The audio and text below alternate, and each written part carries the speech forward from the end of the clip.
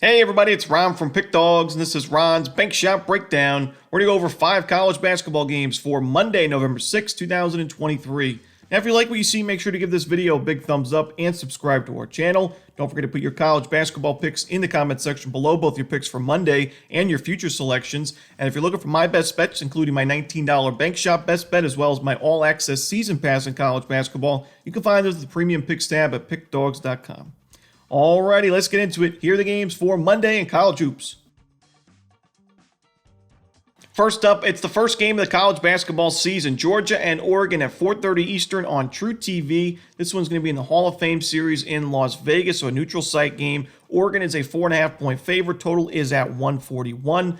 Before we get into it, I want to talk about, this is the first game of the college basketball season. We're going to have games every day in college hoops from now until the middle of March. Even after the middle of March, we're going to have tournament games on the weekends in college hoops. So there's so many chances to cash tickets this season in college basketball. I suggest treading lightly on day one. It's a tough card, over 100 games on the board. It's not my favorite card, that's for sure. It's good to see these teams get one game under their belt, see where the minutes are going to be going, the rotations, the coaches' rotations in terms of the players. So, I'm excited for that for day one. Now, in this matchup, Georgia and Oregon, two teams I think are pretty tough to project in terms of where they're going to finish in the conference standings.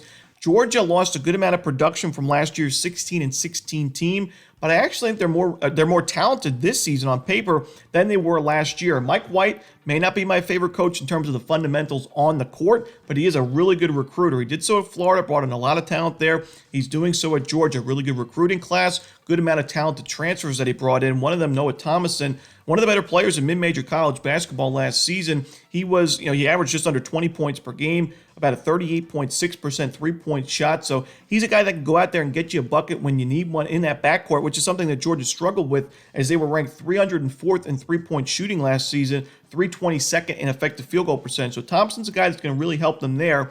On the other side, Oregon, I want to mention both of these teams played really tough exhibition games in the offseason. Georgia played Eastern Kentucky, one of the better teams in the A-Sun. They beat them, and by double digits, they scored 99 points in that game. Oregon played Nevada, which you rarely see, Power 5 teams like Oregon play a tough team like Nevada in the exhibition. It was kind of a secret scrimmage game, but Oregon lost that game outright to Nevada, which isn't a horrible loss, but for, a team like Oregon that has such a lot of, pride in their basketball program, and a team that expects to make the NCAA tournament every single season, not a loss you want to see to start the year. Dante did not play in that game. He is the leading scorer from Oregon from last year. He returns to the team this season. I think he's going to be a big help for this front court for Oregon this year. But I am a little bit worried with Oregon's performance against Nevada. I know it's a scrimmage game. You can't put too much weight into it. But we also saw Oregon not play great last year in general. 21-15 overall, 12-8 in conference play. Just not what this program expects year after year.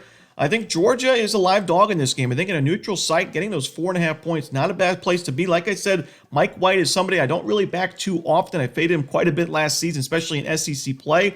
But his team's pretty talented on paper, and I like the front court for Georgia. I mentioned Noah Thomas in the backcourt. I think Georgia's going to be a lot better shooting the basketball, getting to the free throw line. I like Georgia plus the points in this game, plus the 4.5 points. I wouldn't be surprised to see him win the game outright either.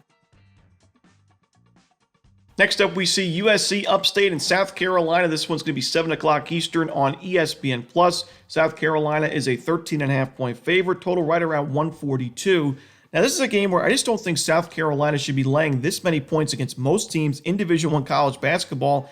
South Carolina last year was one of the weakest teams in Power 5 hoops. They were 11-21 overall, 4-14 in conference play, a one and done in the conference tournament in the SEC. And fundamentally, both sides of the ball really struggling. 205th in adjusted offensive efficiency, 226 on the defensive side. They turned the ball over a ton. They weren't a good shooting team from 3 or 2-point range or the free throw line. And defensively, they really struggled against the two-point shot, ranked 320th in two-point defense.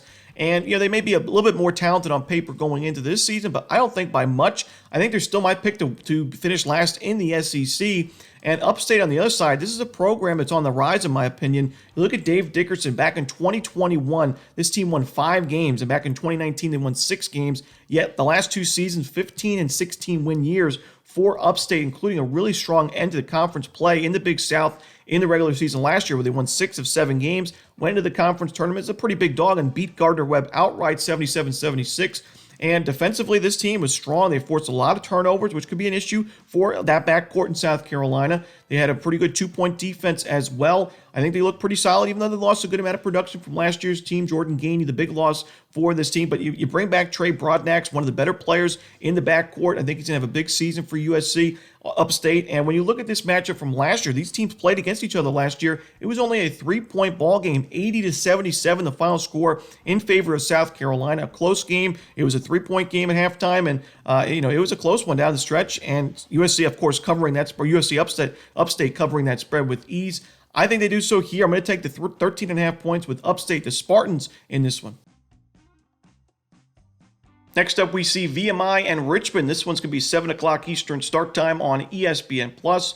Now, Richmond's a big favorite in this game, and I think for good reason. I think it's a really tough spot for VMI to be in. This is one of the more inexperienced teams in college basketball. They only won 7 games last year, and 3 of those wins were against subdivision opponents, so only 4 D1 wins against Citadel, Navy, Radford, and Wofford, so only 2 conference wins. They were 2-16 in SoCon play. They lost the first round of the conference tournament by 20 points. They were bottom 5 in the country in Division I in adjusted defensive efficiency, and they lose all 5 of their starting players from last year's roster. So that could be a good thing, but I also think inexperienced team like that's really young, one of the youngest teams in college hoops, going on the road facing a system offense like Richmond's with Chris Mooney, who's been there for years for the Spiders. I know Richmond lost a good amount of production and starting players from last year's team as well, but a team like Richmond with that system, with that Princeton offense, should be fine here offensively. They added in a good amount of transfers in the backcourt. I think they're going to be a sharp shooting team from the perimeter, and they also have a solid front court. They have one of the better big men in the A10 going into the season.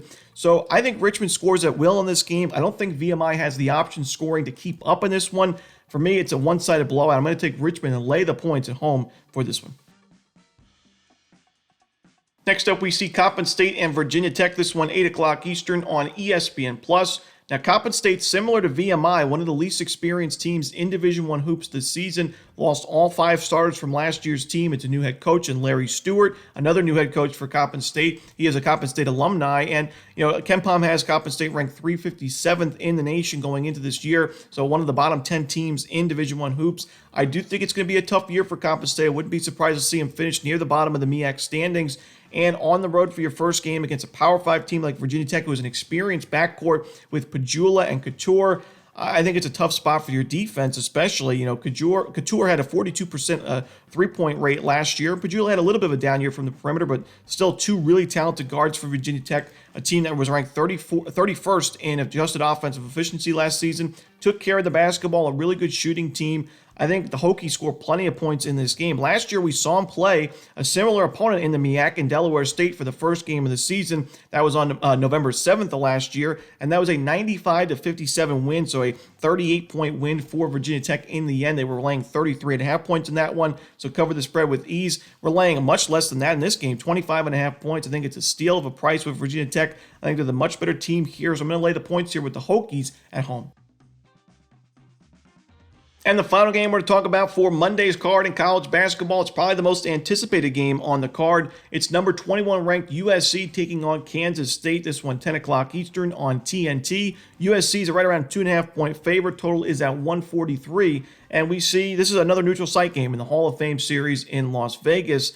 Now, when you look at this matchup, I think USC is going to have a great season this year, and they have a lot of highly touted freshmen on the roster from that recruiting class, but I think it could take a little bit to get going offensively. And, I think when you look at Kansas State, how strong they were defensively last year, 27th in adjusted defensive efficiency, 24th in three-point defense. They forced a lot of turnovers. They may lose, some of the important members of the backcourt, guys like Noel and, of course, Keontae Johnson in the front court. But you bring in a guy like Tyler Perry, you bring in a Quest Glover, 2 solid guards that, are lethal scorers, but can also play really solid defensively. And then on the other side, Arthur Kaluma, who I think is one of the more underrated defensive players in college basketball going into the season. He was a really strong member of Creighton's team that also made it really far in the NCAA tournament. I think Kansas State looks really sharp defensively going into the season. On the other side, like I said, USC, I think it's going to take a little bit to get their offense going, but defensively, this was a strong program last year. They were 49th, so top 15 adjusted defensive efficiency, and 11th in effective field goal percentage defense, second best 2-point defense in the nation.